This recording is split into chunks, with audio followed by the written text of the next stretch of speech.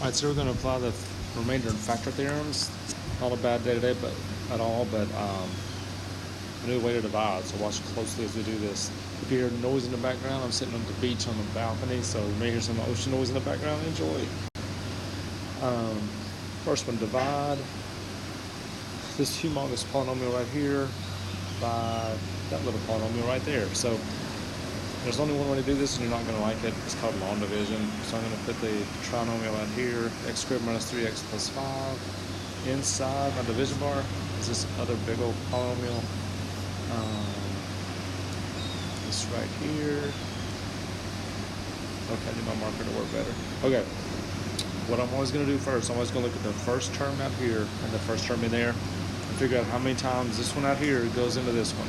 What does it need? Well, this x squared needs a 3x squared to become 3x to the 4th. So I'm going to multiply everything in the front by 3x squared. That's going to give me 3x to the 4th minus 9x to the 3rd plus 15x squared. Now, I'll see you hear me say this a lot tomorrow in class. I'm going to say draw a line, change the sign. Instead of subtracting like we normally do, I'm just going to change all the signs and add. Change that to minus, that plus, that minus. And I'm going to combine everything. These cancel. Gives me 6x to the 3rd power minus 15x squared. And I'm going to bring down the 4x and the minus 6. I might should have some space there because there was no x squared term in my divisor.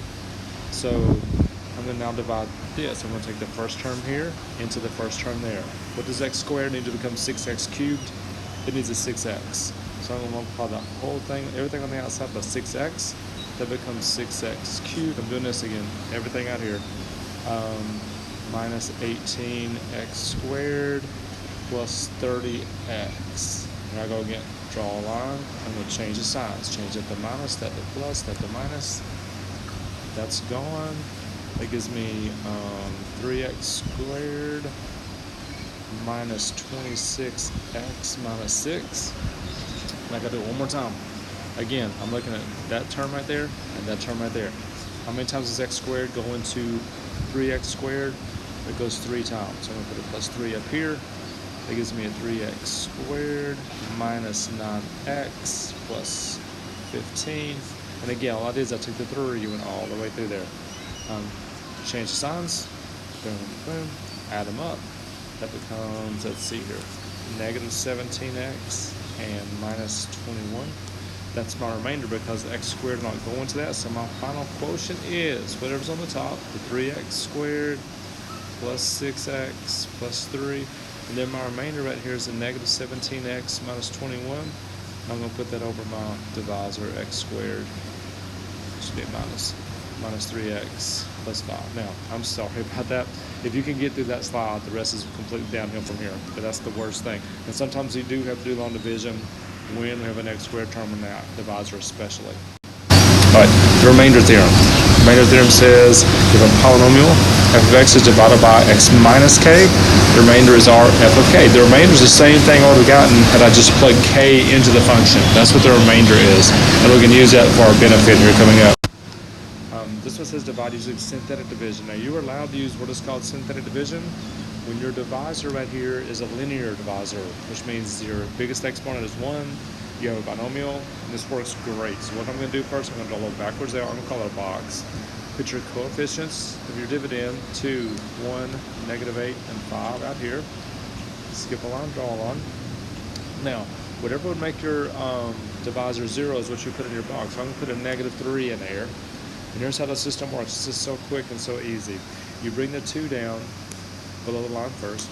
Every time you bring a number down below that line, you multiply by what's in the box. So I'm going to do 2 times negative 3. That's negative 6. You put that there, add those 2 numbers. Again, I got a number below the line, multiply by what's in the box. That's 15. Put it there, add. It's below the line, multiply by what's in the box. That's negative 21. Add. That's negative 16. I always kind of circle or box my last number because that's your remainder. So my answer, 2. Your quotient always starts 1 degree less than you started because x goes into x cubed, x squared times. So we have 2x squared minus 5x. The numbers on the bottom of your bar are just the coefficients of your answer, or quotient. Then I have a 16 as a remainder, and that goes over x plus 3. Now think about how quick that was compared to that long division you saw on the last slide. I mean, that is so much quicker, so much better. But again, you can only do it when you have a linear divisor. All right, factor theorem. A polynomial has a factor of x minus k, if and only if when you plug in k you get 0, or if you divide it you get 0 for a remainder. So what we're going to do is we're going to use synthetic with this k, and if we get 0, that means it's a factor. All right, this one says factor this big old polynomial given that x plus 2 is a factor. So what I'm going to do first to get the other factors is I'm going to divide. I'm going to take this x plus 2, do my synthetic because it's linear. Synthetic is awesome. You can only do it when you have a linear divisor. Put the negative 2 in the box. Remember, whatever makes that 0, that's what you put in the box. Start off, steps again. Bring the 3 down. Multiply by what's in the box. That's negative 6. Add. Every time you bring one down, multiply by what's in the box. That's 20. Add. Multiply by what's in the box. And I got 0, which I should have because it already told me that that's a factor. So that gives me this. It gives me 3x squared minus 10x minus 8. And it wants this. It wants this to factor completely. So it needs me to factor what I have down here. So I'm going to do slide, divide, slide. I'm going to slide the 3, make it a 24, factor what I have, which would be x minus 6, x minus 4. Actually, it would not be. Sorry about that. Just notice I factored that one wrong. It's just okay. Just fix it. It's actually going to be x minus 12, x plus 2. Now, because I slid the 3 over, now I have to divide by the 3. So I'm going to divide by 3 there, divide by 3 there. 12 divided by 3 is 4. Can't do 2 divided by 3, so slide the 3 in front of the x, make it 3x plus 2. And then don't forget this. Don't forget your first factor was x plus 2. So I'm going to put it here at the end, x plus 2. And what we just did is we factored that humongous polynomial completely using synthetic and using slide, divide, slide. All right, last thing. It says given the 7 is a 0 of that, find the other zeros. Now remember, 0 is another word for x-intercepts or solutions, which come from factors. So what I'm going to do is I'm going to put my 7 in the box because it has to work. I'm going to go 10, negative 81, 71, 42. Now when I say it has to work, that means I know I'm going to get a 0 at the end because it says it is a 0. So I'm going to bring the 10 down. 7 times 10 is 70. Add, multiply again, add, multiply, and again, I got 0, which I expected there. So now I have this, I have my 10x squared, 1 degree less than we started every time, minus 11x, minus 6.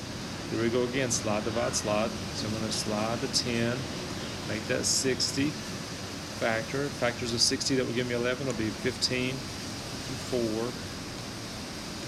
Then I need to divide. So I'm going to divide by 10, divide by 10. That's really x. Reduce those. That's 3 halves. That's a 10 right there. That's 2 fifths. So now I'm going to slide my denominators. Make that 2x minus 3. Make that 5x plus 2. And so my zeros would be, zeros are 3 halves. That comes from there. Negative 2 fifths. That comes from there. And don't forget the one we started with, which was 7. So there's all 3 of my zeros. And that's it. That's quite a bit today, but that synthetic is going to be the big deal. Make sure you need to go back or whatever. Make sure you know how to do that so you're ready to do that tomorrow. That's so good, so important. And I'll see you tomorrow and we'll work on it like we always do.